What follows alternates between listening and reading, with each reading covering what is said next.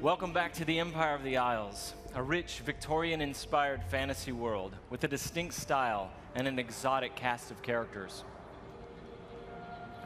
For Dishonored 2, we wanted to explore a new location, Karnaca, the Jewel of the South.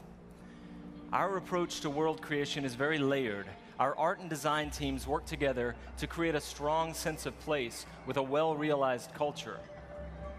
It's based on the people living there, the work they do, the architecture, economy, the climate, even the food and songs.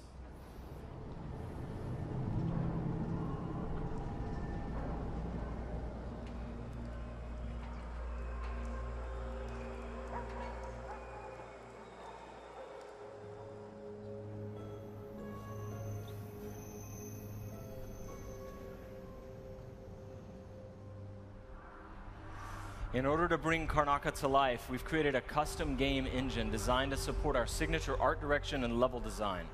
We wanted Dishonored 2 to resemble a painting in motion, so we've given considerable thought to our lighting and the way it plays across every surface. We've created custom tools to support the interruptible, real-time narrative scenes necessary for a stealth simulation. And the same is true for our approach to audio, both in terms of atmospherics and stealth gameplay. All of these details make Karnaca more vivid thanks to our new technology, which we call the Void Engine.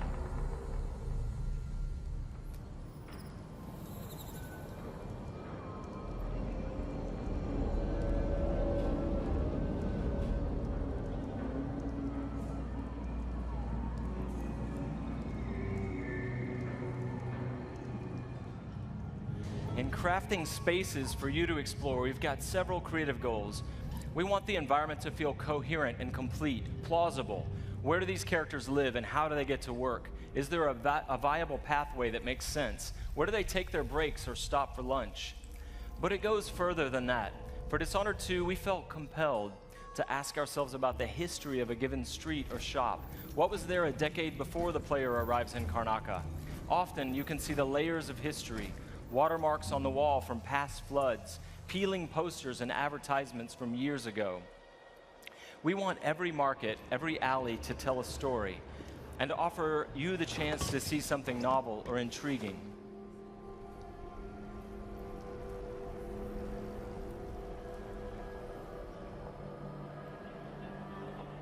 Dishonored 2 starts and ends in Dunwall, but most of the action takes place here in Karnaca.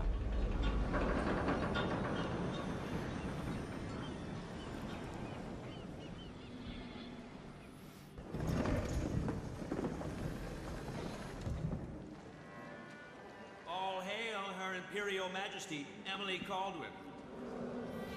Loyal subjects, we're going through a difficult time, but today we honor my mother, the late Jessamine Caldwin.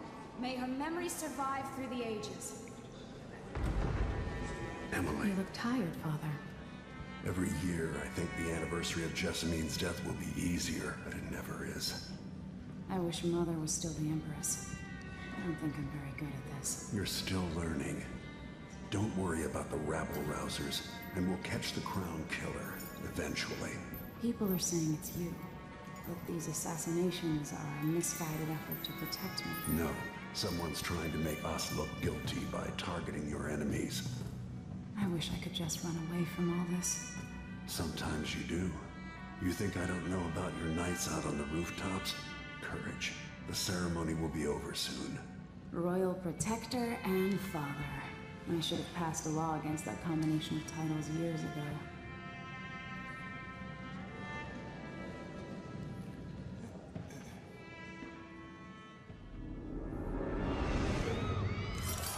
When an otherworldly usurper seizes the throne, the fate of the Empire is left hanging in the balance.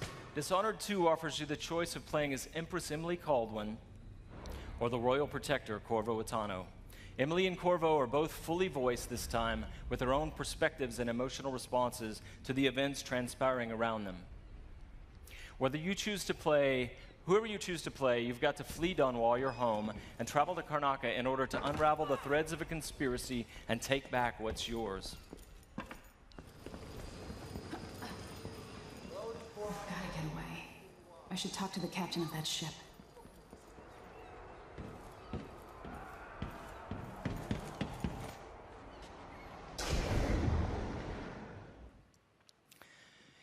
Dishonored is known for unscripted, simulation-driven missions where no two players ever have the same experience. There are many pathways to explore as you penetrate well-defended locations, numerous ways to find and eliminate nefarious targets. In crafting the missions for Dishonored 2, we've put a much greater emphasis on big, interesting themes, either from a gameplay or fictional standpoint, making each mission a wildly unique place to explore. I'll explain a little bit more about that.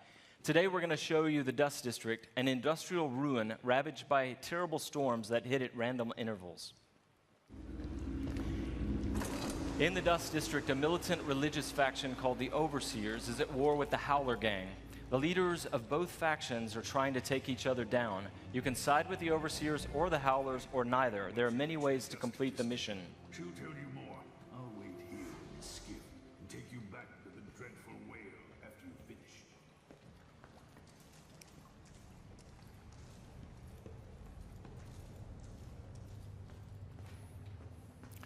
Everything you see here is rendered in the Void engine, designed to create atmospheric and exploration-rich spaces.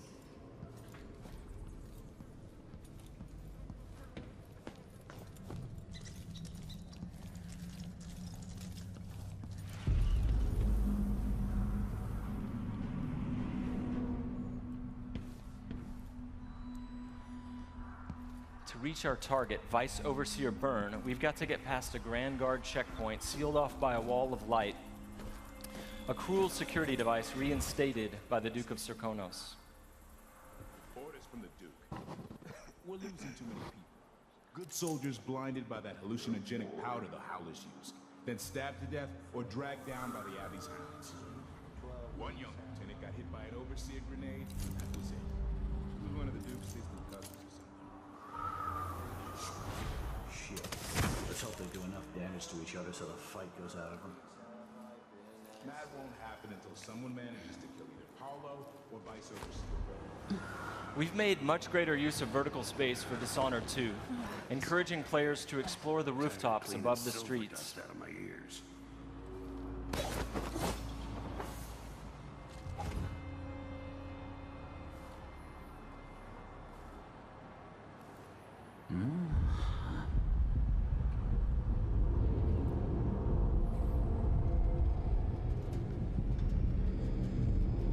Dust from the mines.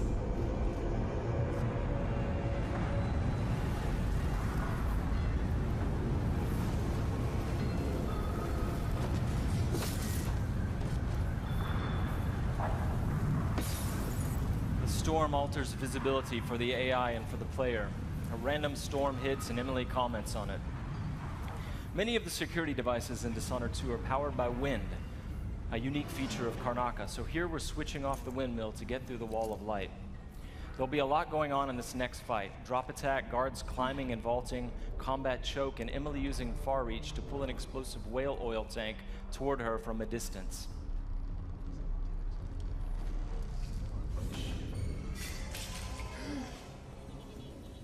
You aren't going in! Let end of the road for you. Hey, you! Come here!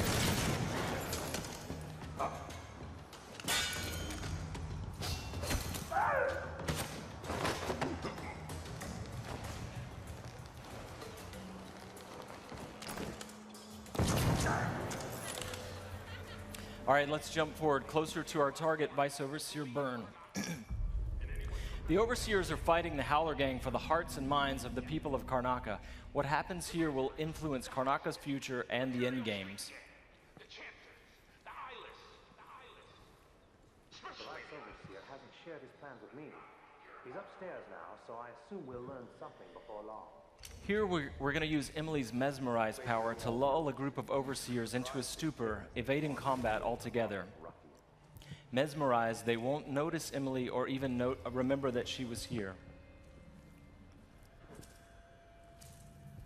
There you are. I feel so empty right now.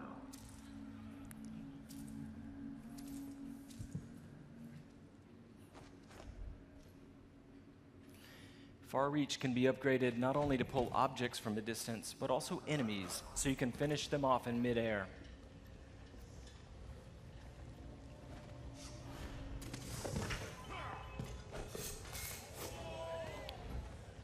This time, all of Emily's powers, which are new, and all of Corvo's can be fully upgraded using entirely new skill trees, giving you the ability to customize more deeply.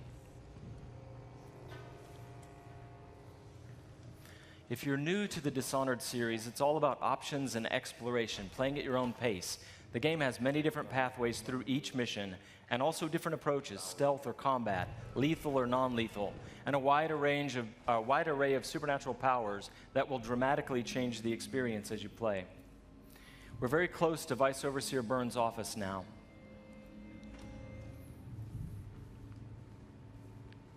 The Duke will topple soon. The Sisters of the Oracular Order have seen it, and I feel it in my bones.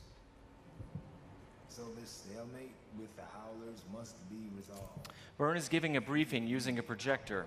We're going to plant a stun mine and then link several of the Overseers with Emily's domino power, so that whatever happens to one of them will happen to all of them. They share the same fate.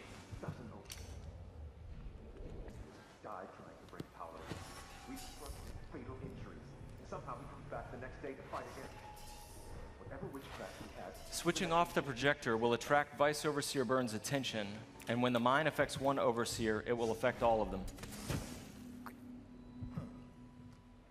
Go check, brother. Right away.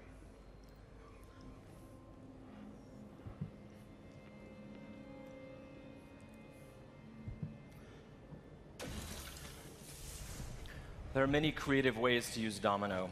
Now we're going to show you Shadow Walk, another key power for Emily.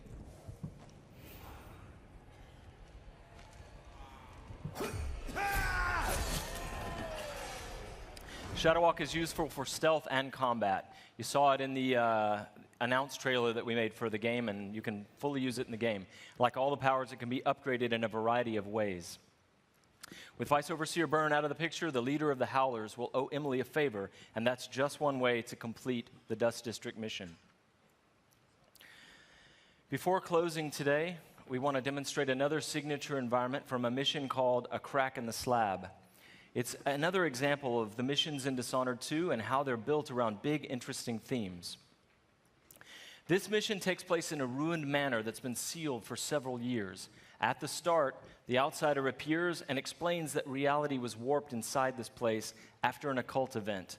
Your supernatural powers won't work inside the manor, and even time behaves strangely, allowing you to travel back and forth between the ruined present and the past when the manor was lavish and refined.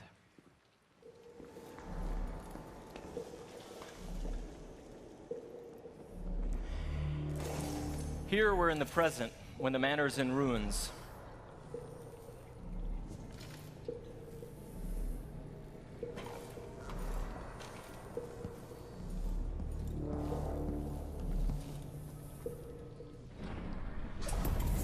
Now we've moved backwards, years into the past, when the manor was still inhabited and guarded.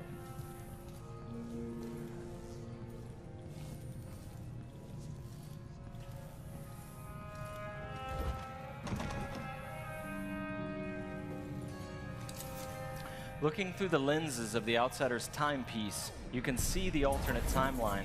This is useful for solving puzzles, as you've seen, but it can also be used to avoid or take down enemies. You can watch enemies in the alternate timeline and then step through to execute your plans.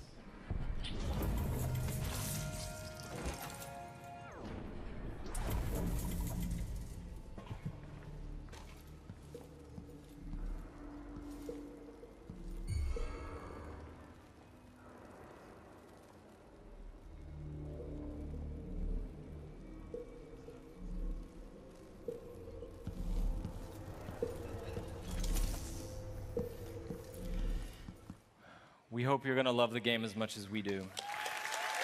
Thank you, thank you.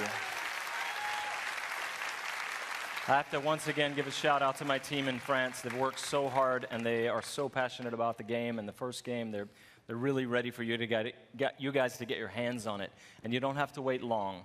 All of you can leave your mark on the Empire of the Isles because Dishonored 2 will release on PlayStation 4, the Xbox One, and PC November 11th, 2016. But before I go, I've got one more thing for you. This is the worldwide launch of the Dishonored 2 gameplay trailer. You're seeing it here first. Good night.